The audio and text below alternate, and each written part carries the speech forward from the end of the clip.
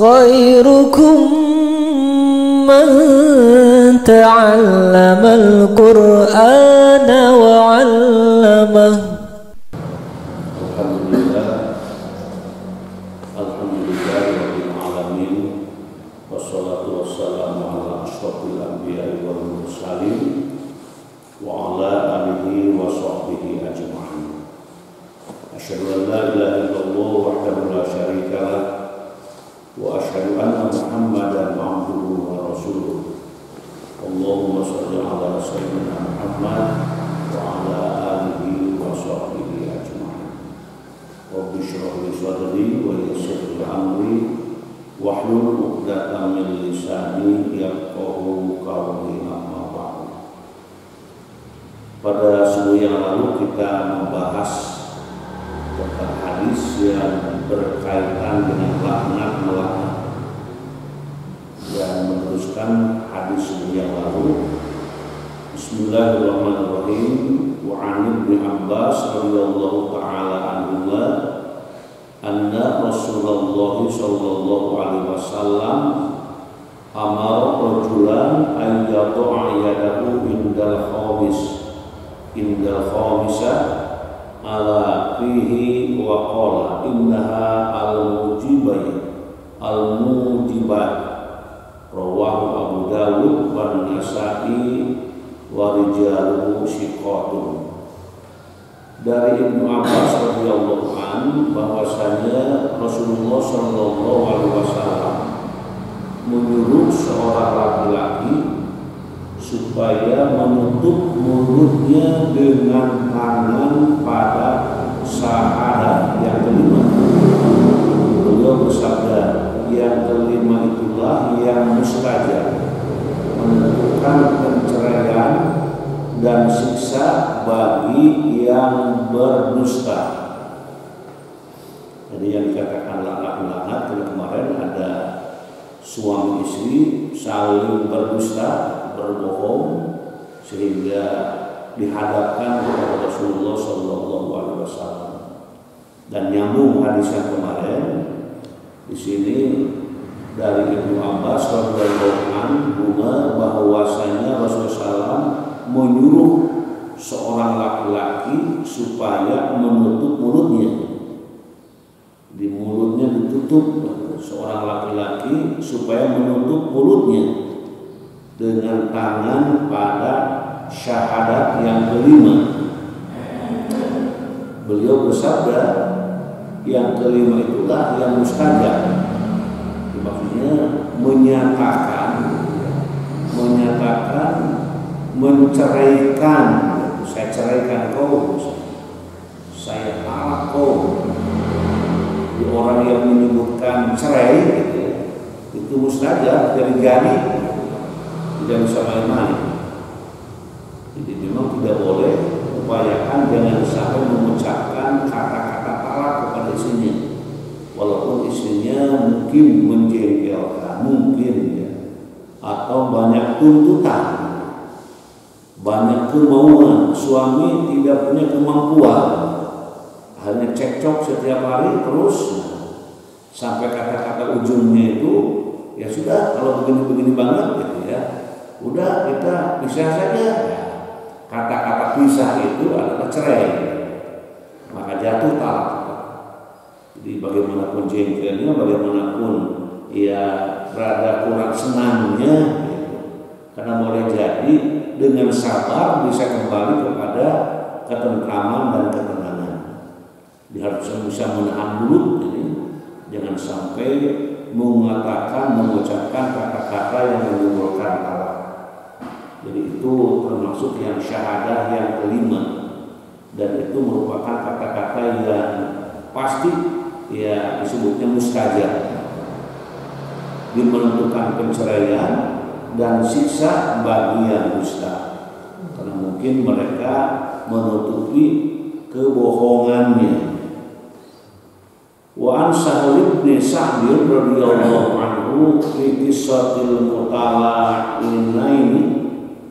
mutala'inaini qala falamma qaraba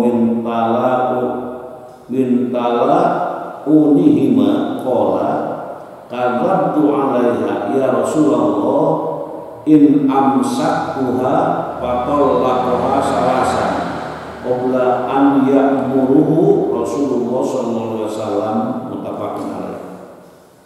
Dari Sahal bin Sa'ad radhiyallahu an pada kisah suami istri yang saling melaknati.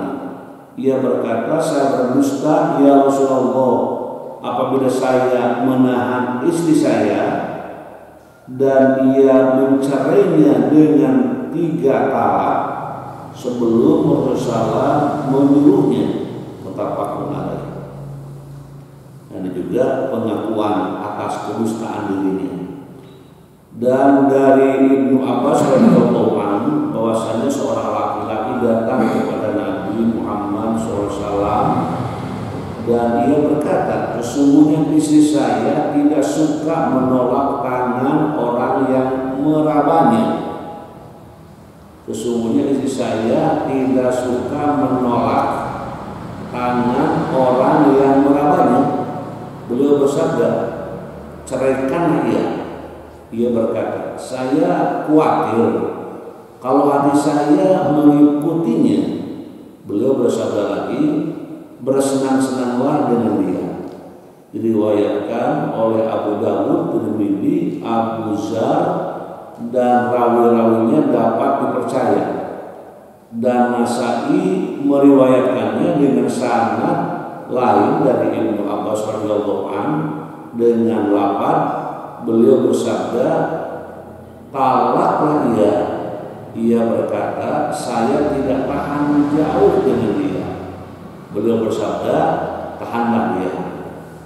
Jadi mungkin ini suami yang khawatir dengan ucapan-ucapannya, sehingga bagaimana supaya tetap dia itu tidak masuk ke dalam hal-hal yang diungkapkan tadi.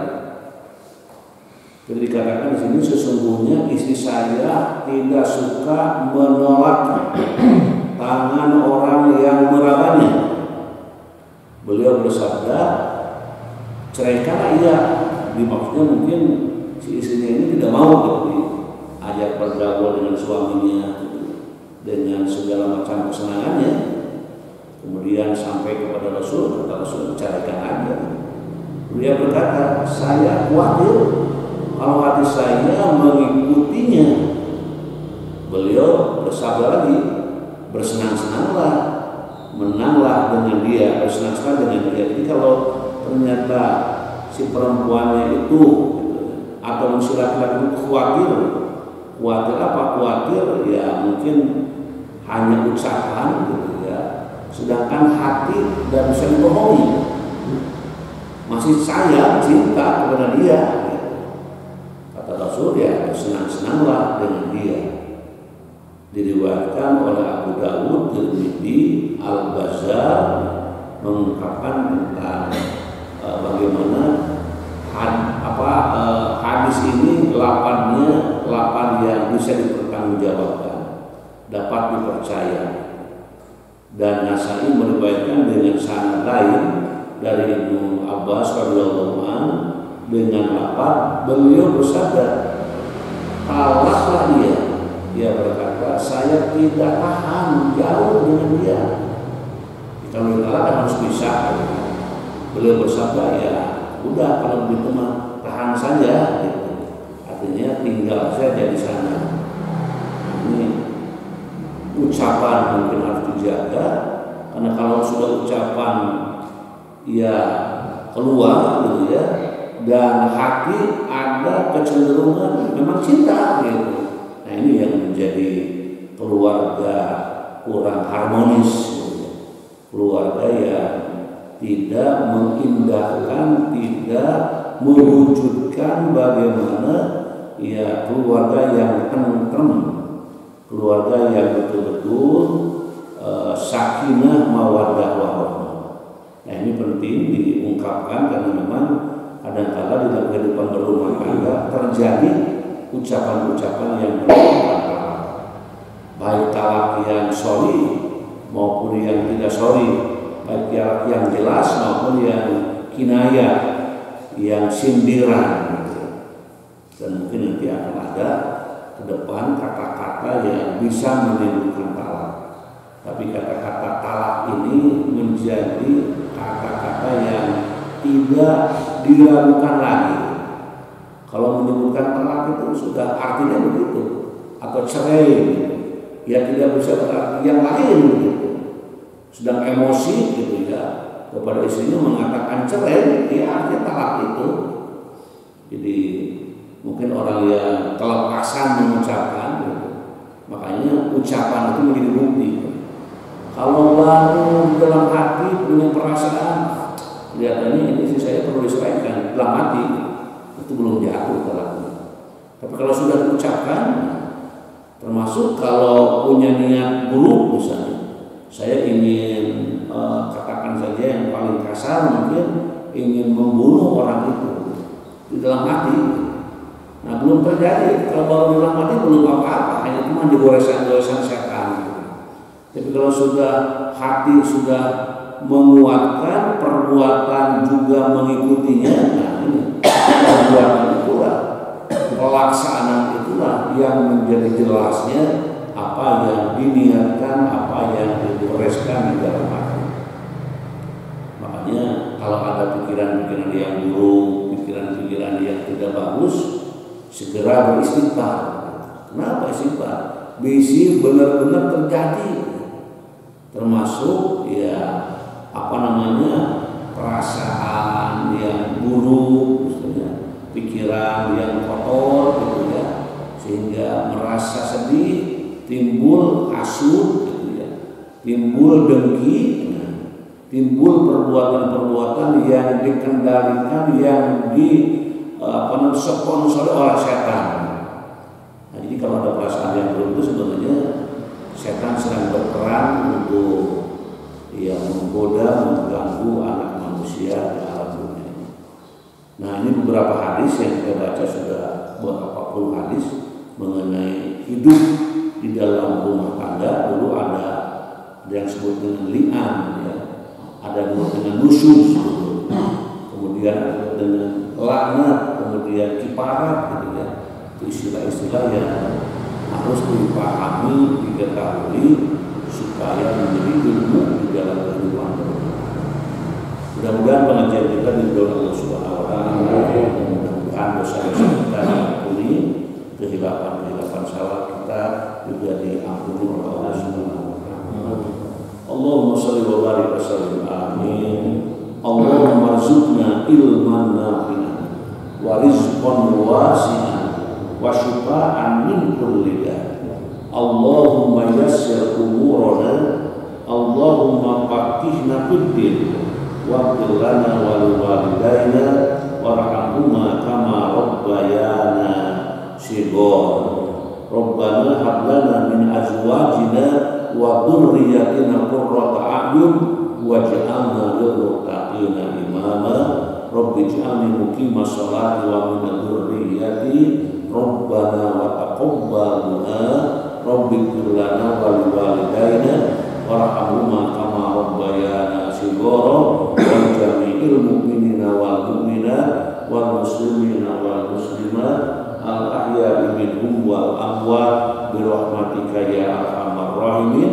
Rabbana atina fid dunya hasanah wa fil akhirati hasanah wa qina adzabannar wa adkhilna jannata ma'al abrar ya aziz ya ghafar ya rabbal alamin. Subhana rabbika rabbil izzati amma yasifun wa salamun alal mursalin walhamdulillahi rabbil alamin. Subhanakallahumma wa bihamdika asyhadu an la ilaha illa anta astaghfiruka wa atubu ilaik. Wassalamualaikum warahmatullahi wabarakatuh.